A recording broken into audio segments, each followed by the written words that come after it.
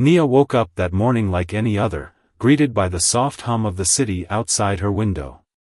The sun was just beginning to rise, casting a warm glow through her apartment's wide glass windows. She stretched, took a deep breath, and smiled at the peaceful routine of her life. Nia had always been an early riser, a habit she inherited from her mother, a woman who believed the day should start with purpose.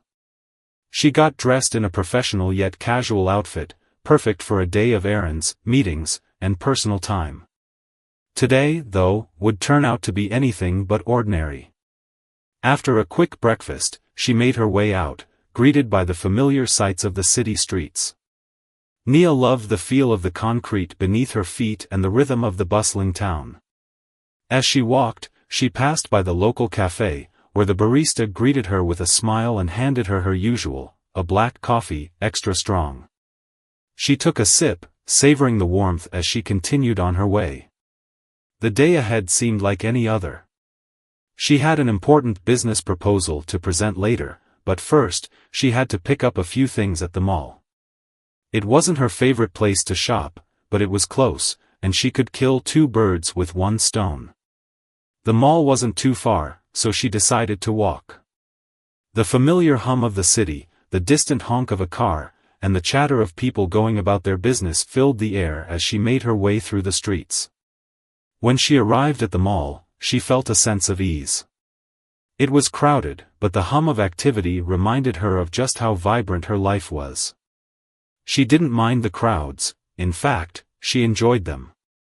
Nia was a people person, someone who thrived in busy environments.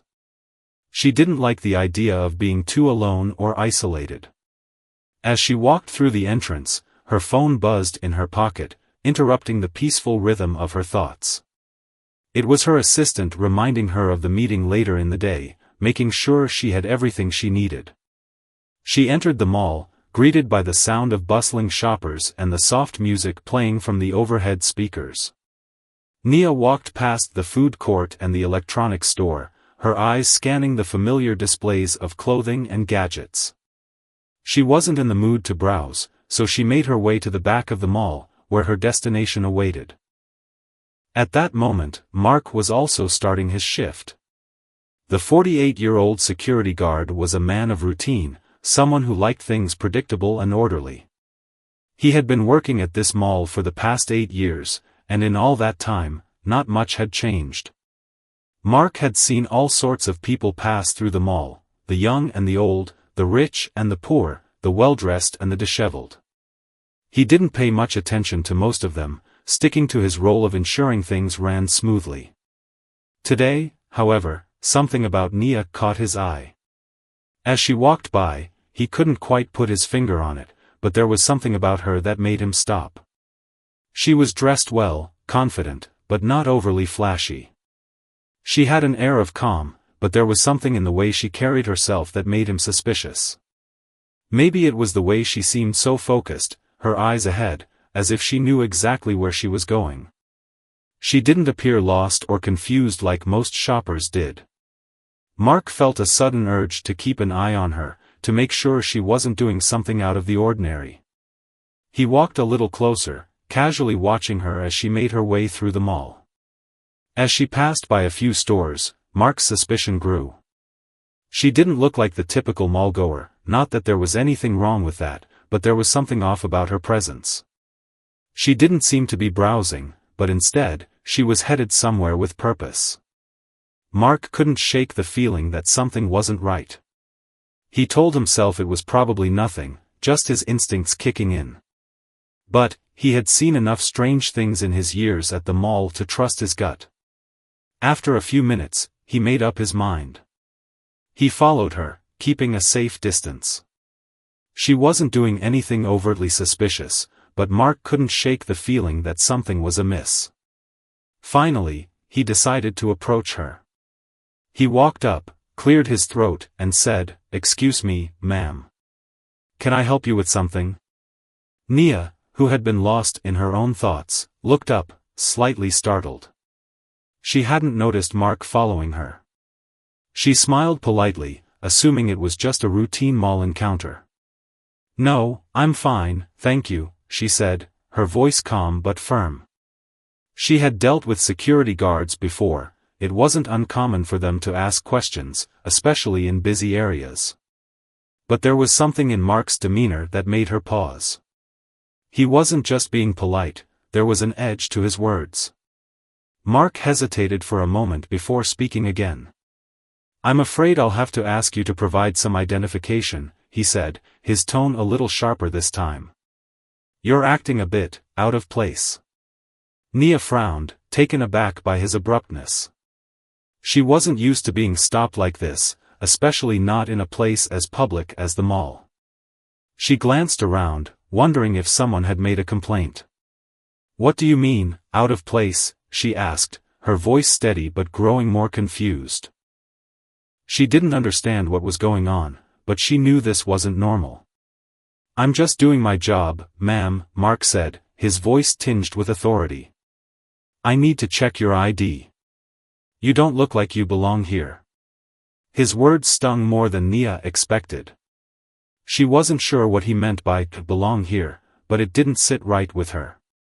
"Excuse me," she said, raising an eyebrow. "I'm a paying customer. I'm just here for a meeting." She reached into her purse, pulling out her ID. Mark didn't seem convinced. He looked at the ID for a moment, then back at Nia, his suspicion growing. She was a black woman, and to Mark, that meant she didn't look like the typical shoppers he saw every day. Nia noticed the subtle shift in his gaze, the judgment that was creeping into his eyes. Something about the situation didn't feel right. She tried to remain calm, but inside, a storm was brewing. The tension between them thickened, and Nia couldn't help but wonder, was this truly about protocol, or was there something deeper at play? Mark continued to stare at the ID in his hand, his gaze lingering a little too long. The flicker of doubt in his eyes didn't go unnoticed by Nia. She could feel the weight of his scrutiny, the subtle shift from a routine security check to something more personal. She stood there, her mind racing, trying to figure out what had just shifted in the interaction.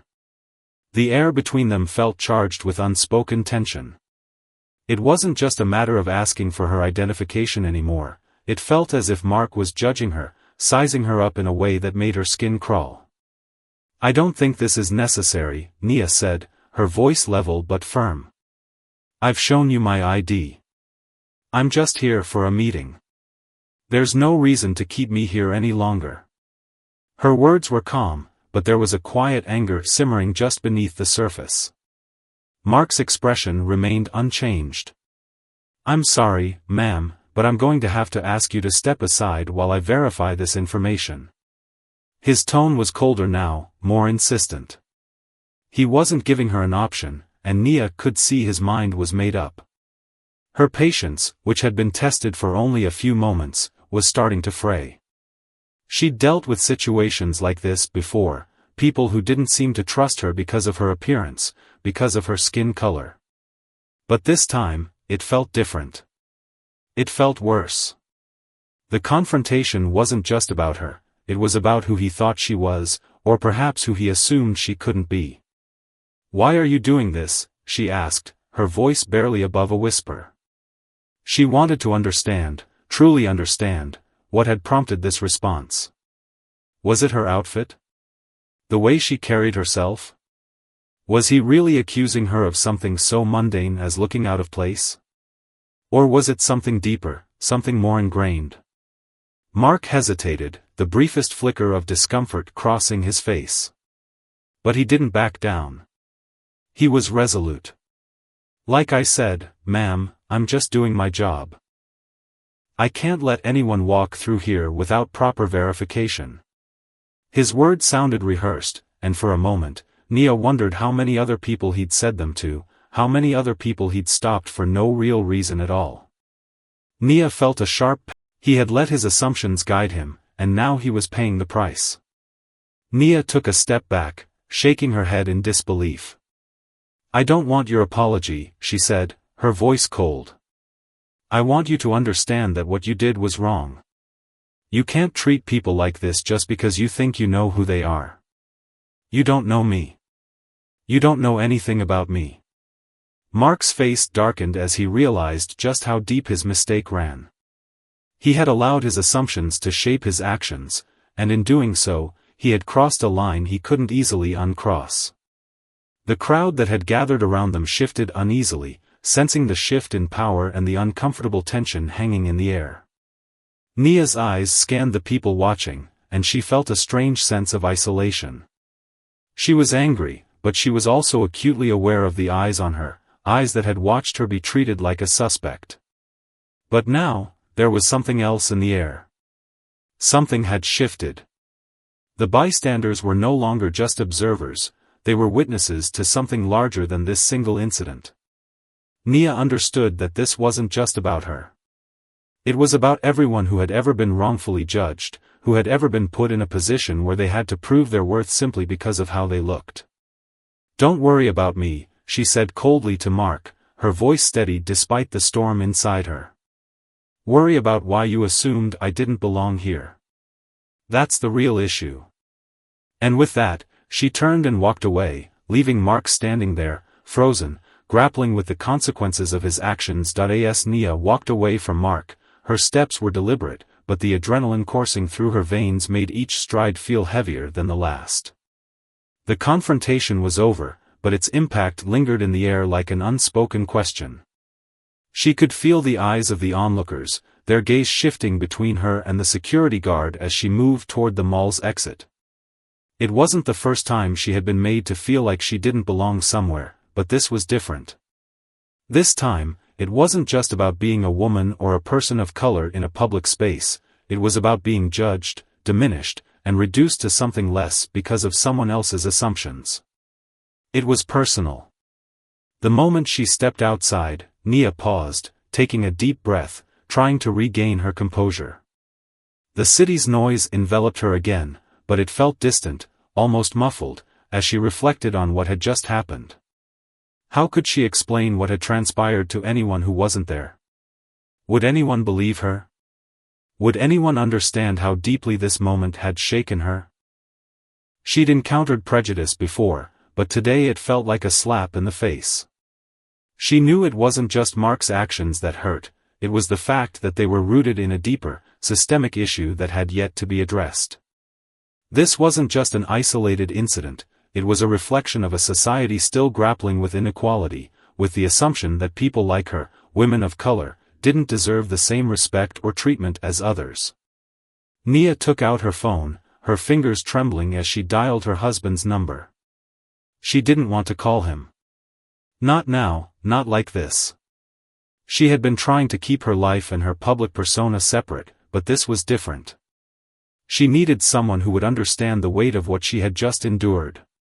As the phone rang, she stared at the glass doors of the mall, watching people pass by, completely unaware of the small yet significant battle that had just taken place inside. "Hey, babe," Governor Daniels answered after a few rings, his voice warm but busy. He was always in the middle of something, juggling state affairs, public appearances, and constant meetings. But when he heard the tone in Nia's voice, his demeanor shifted immediately. "Nia, what's wrong?" "I was stopped by security at the mall," Nia said, her voice cold despite the storm inside her. "The guy didn't believe I belonged there. He asked for my ID, treated me like I was a criminal. And when I showed him my ID, he didn't even know who I was. He only stopped me because of the way I looked." There was a pause on the other end of the line, and Nia could feel her husband's frustration growing. She knew he would be angry, but this wasn't about his anger, it was about her. It was about how she had been made to feel small in front of strangers, how she had been reduced to someone who didn't matter, simply because of her appearance. "I'm sorry," he finally said, his voice heavy with regret. "I wish I could have been there with you. You shouldn't have had to go through that." "I'm used to it," Nia replied, though the words sounded hollow. "But today, it just hit differently. I didn't expect it to happen like that. Not when I'm just doing something normal, something routine." "I'll take care of it," he said, his voice firm, and Nia knew that tone. He wasn't asking for her permission, he was going to make sure this didn't go unnoticed. "I'll handle the mall, and I'll make sure the security guard knows exactly who you are." "No," Nia interjected quickly, her voice rising in protest. Don't make this about you. This is bigger than that. It's not just about me, or about what happened today. It's about what happens every single day to people like me, to women like me, who are treated differently because of how we look." Her words hung in the air, and she could feel the weight of her own frustration, her exhaustion with the constant need to prove her worth, to fight for basic respect. It wasn't about seeking revenge, or about shaming Mark. It was about the larger issue, the one that had followed her entire life. Nia didn't want her husband to fix this by using his political power to silence the incident. She wanted it to be acknowledged in a way that would make people see the problem for what it was, not just as an isolated misunderstanding, but as a symptom of something much deeper. After a long moment of silence, the governor's voice softened. "I understand," he said quietly. "I'll make sure we handle it the right way, Nia. I promise." Nia closed her eyes for a moment, trying to calm her mind. She was still standing outside the mall, her fingers pressed against the cold steel of the door frame as the sounds of the city washed over her. She could feel the tension in her shoulders, the weight of her thoughts pressing down on her. There was nothing more she wanted right now than to be with her husband, to feel his support and strength in person. But for the moment, it would have to be enough to hear his voice, to know he understood. "I'm going to be fine," she said, her voice firmer now. "But we need to start talking about this. Not just between us, but with everyone. People need to understand that this isn't something we can ignore. It's happening every day. People are being judged based on their appearance, and it's damaging." "I know," the governor replied. "You're right. We'll address this publicly. We'll make sure people hear your story." As they hung up, Nia felt a strange mix of exhaustion and resolve. The anger that had surged through her moments ago was starting to settle, replaced by a quiet determination. This wasn't just about her. It was about everyone who had ever been made to feel less than. She knew she couldn't fix it all at once, but she also knew that raising her voice, speaking out about these moments of injustice, was a step in the right direction. The incident at the mall was a stark reminder of how fragile some people's perceptions were, how easily they could dehumanize someone because of their race or appearance.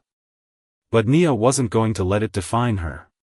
She wasn't going to let one person's ignorance steal her peace.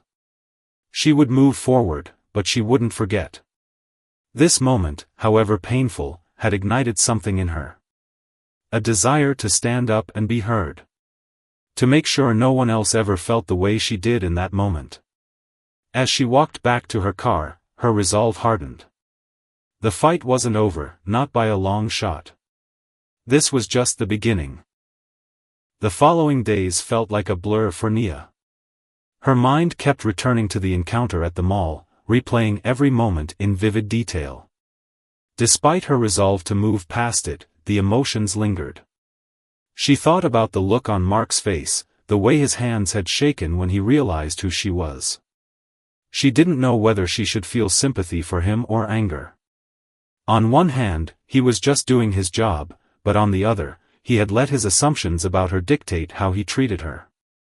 There was no denying that he had crossed a line, and in some ways, it felt like an entire system of prejudice and bias had been revealed in that one interaction. It wasn't just about an individual mistake, it was about a larger, societal problem that she couldn't ignore anymore. The governor had insisted on addressing the issue, and she knew he would take action, but Nia wasn't sure how she felt about it. Would calling attention to it bring about real change, or would it just be another news cycle that fizzled out before anything substantive happened? She wanted more than just an apology from Mark or a public statement from her husband. She wanted a shift in the way people saw her and others like her. She wanted to see a world where assumptions didn't cloud judgments, where every person was treated with dignity and respect from the start. Later that week, as Nia walked into a community event for the governor, she was met with a... Later that night, after the event had wound down, Nia found herself at home, pacing in her living room, her thoughts swirling. She couldn't stop thinking about Mark, the security guard. She wondered if he had gone home that night and thought about what had happened. Did he feel guilty? Did he understand the impact of his actions? Did he even care? She wanted to believe that people could change, that they could learn from their mistakes, but she wasn't sure how much Mark was willing to learn from this experience. She didn't have answers yet, but she was determined to find them. Nia picked up her phone again, this time to send a message to Claire. "I'm ready to talk about this. I want to make sure my voice is heard. But I need to do it on my own terms. Not because of who my husband is. But because I'm Nia. And I'm done being silent." As she hit send, she felt a shift inside herself, a sense of resolve she hadn't known was missing. This wasn't just about a security guard's mistake. This was about breaking down the walls of assumption and prejudice that still governed so much of the world. This was about her community, about all the people who had ever been treated as less than because of who they were. Nia was ready to stand up and fight, not just for herself, but for everyone who had been made to feel small. This was only the beginning. The days after Nia's conversation with Claire felt like a turning point, though she wasn't sure if it was a change for the better or something more complicated. She'd made the decision to speak out, but there was still a heavy weight on her shoulders. It wasn't just about the security guard anymore. It was about a system that perpetuated injustice on so many levels, a system she had been part of for years, both as the wife of the governor and as a woman of color trying to carve her own space in a world that didn't always want to make room for her. Her decision to go public about the incident was not just a statement about one man's behavior, but about all the little moments of discrimination, bigotry, and bias that so many people faced every day, moments that, until now, had been largely ignored or dismissed. The next morning, Nia woke up early. She didn't want to be up so early, not after the long night spent replaying the events over and over in her mind, but today was different. She had an interview scheduled with a local news outlet that had been covering stories of discrimination across the city, and they wanted her to talk about the incident at the mall. It was a platform she could use to push the conversation forward, to challenge the assumptions that had been made and to shine a light on the impact of systemic racism. But it wasn't going to be easy. Nia had always been reserved, carefully measured in the way she presented herself to the public. Today, though, she felt something different, a quiet fire within her that wouldn't be extinguished. As she arrived at the news station, the crew greeted her with warmth, but she could sense the underlying tension in the air. People were eager to hear what she had to say, but they were also careful, unsure of how to approach a topic that had become so volatile in recent years. Nia understood the complexity of the moment. She was a public figure, and everything she said would be scrutinized, analyzed, and, most likely, used for political gain. She wasn't naive enough to believe this was just about sharing her personal story. It was a story that was going to resonate with people in different ways, and she had to be prepared for the reactions that would follow. The interview began simply, with the anchor asking her to recount the events at the mall. Nia's voice was calm but unwavering as she described what had happened. She spoke about the moment when the security guard had stopped her, how she had felt confused, humiliated, and diminished by his actions. She told them how she had shown him her ID, and how Mark hadn't even recognized her, a detail that seemed almost absurd now. As she spoke, she could see the reactions of the news crew. Some were nodding in understanding, others were quietly taking notes, and there was an air of disbelief in the room, as if they couldn't fully grasp the weight of what she was saying. But as the conversation shifted toward the larger issue of prejudice and bias in public spaces, Nia's emotions began to rise. She didn't hold back. She spoke of the toll that these everyday experiences took on her, of the emotional labor it took to constantly prove that she belonged, to constantly be seen as less than because of her skin color. She spoke about the years of feeling like an outsider in her own community, of the microaggressions she had faced, and the way they had chipped away at her sense of self.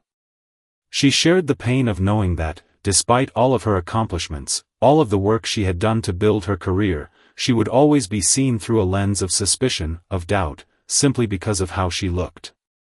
"There are people who don't even know me," she said, her voice a little stronger now, "but they already have their conclusions about who I am. And that's not just frustrating, it's exhausting. Every day, I have to decide, do I fight against it, or do I let it define me? And what about the people who don't have the platform I have? Who don't have the voice to speak up?" The anchor nodded thoughtfully, understanding the gravity of what Nia was saying. But Nia wasn't finished. She had more to say, and she was determined that it would be heard. "The problem isn't just about one security guard," she continued. "It's about a culture that allows these kinds of assumptions to thrive. It's about the system that tells us who gets to feel safe, who gets to feel valued. It's about the microaggressions we don't talk about, the stereotypes we let slide because it's easier than confronting them. We can't change the world by ignoring the small things. It's the small things that add up to the big things, the things that have a real impact on people's lives." The room fell silent as Nia's words hung in the air, her eyes locked with the camera. She knew that what she was saying would resonate with some, challenge others, but it was the truth. And the truth was what mattered. When the interview ended, Nia felt a strange mix of relief and anxiety. She had spoken her truth, but now the weight of what she had said settled on her. What would happen next?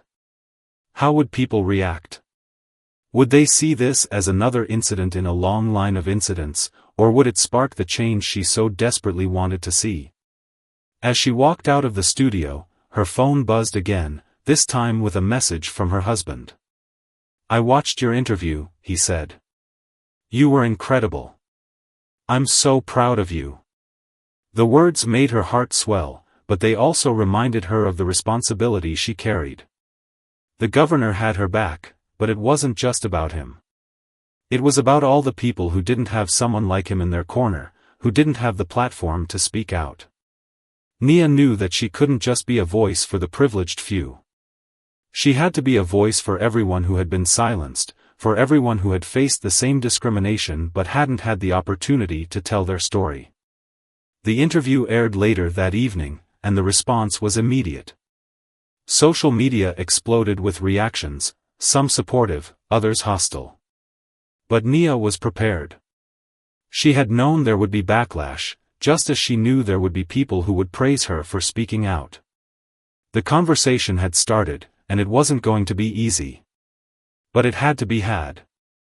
The shift wouldn't happen overnight, but Nia was committed to making it happen, to ensuring that the voices of those who had been marginalized were heard.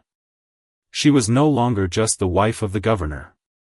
She was Nia Daniels, a woman with her own voice, her own power, and her own fight. As she sat down to reflect on everything that had unfolded, Nia felt a sense of purpose settle within her. She had taken a stand, and she knew that her actions, however small they might seem in the grand scheme of things, would have ripple effects.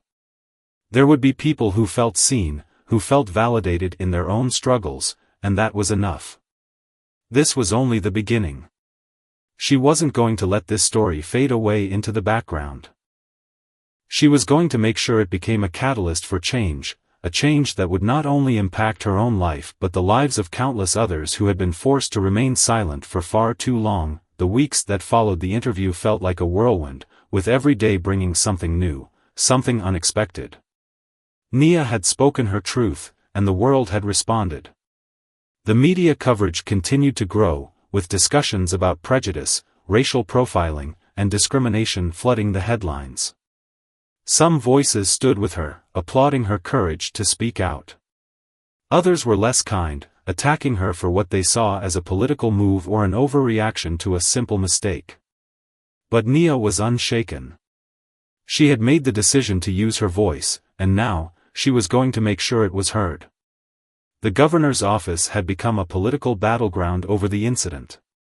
Calls for reform in how public spaces handled racial profiling began to echo through the media. Nia's interview had sparked a much-needed conversation, not just in her community but across the nation. It wasn't just about the security guards' actions anymore, it was about the larger, systemic issues that allowed these biases to thrive unchecked. People were beginning to see the interconnectedness of small moments like this one, and how they added up to something much larger.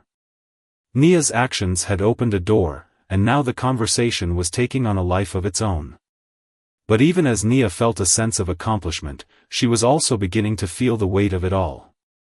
The public scrutiny was relentless. Everywhere she went, it seemed like people had an opinion about what she had done, what she had said, and whether she had done enough. It was both validating and exhausting. She had been through the rigors of political life before, but this felt different. This wasn't about policy, about meetings, or about the next election, it was personal. It was her life on display, her experiences being picked apart and analyzed, her every word and action scrutinized. It wasn't something she could easily walk away from, and there were days when she wished she could. But there were moments, too, when she found strength in the struggle. She began receiving messages from strangers, from people who had experienced similar situations, people who felt as though her words were their own. And yet, the toll it was taking on her personal life was undeniable. There were nights when she couldn't sleep, when her mind raced with thoughts of the future, about her role in all of this, about what she could do next, about how she could sustain this momentum. Her relationship with her husband, too, had changed in subtle ways. They had always been partners, but now, their partnership felt even more weighty, as they navigated the complexities of public life together. Nia knew that they were both affected by what had happened at the mall, but they were also learning how to support each other through it. It wasn't always easy, and there were times when they disagreed on how to approach certain issues, but they were in it together. In the midst of the chaos, Nia found solace in her family. Her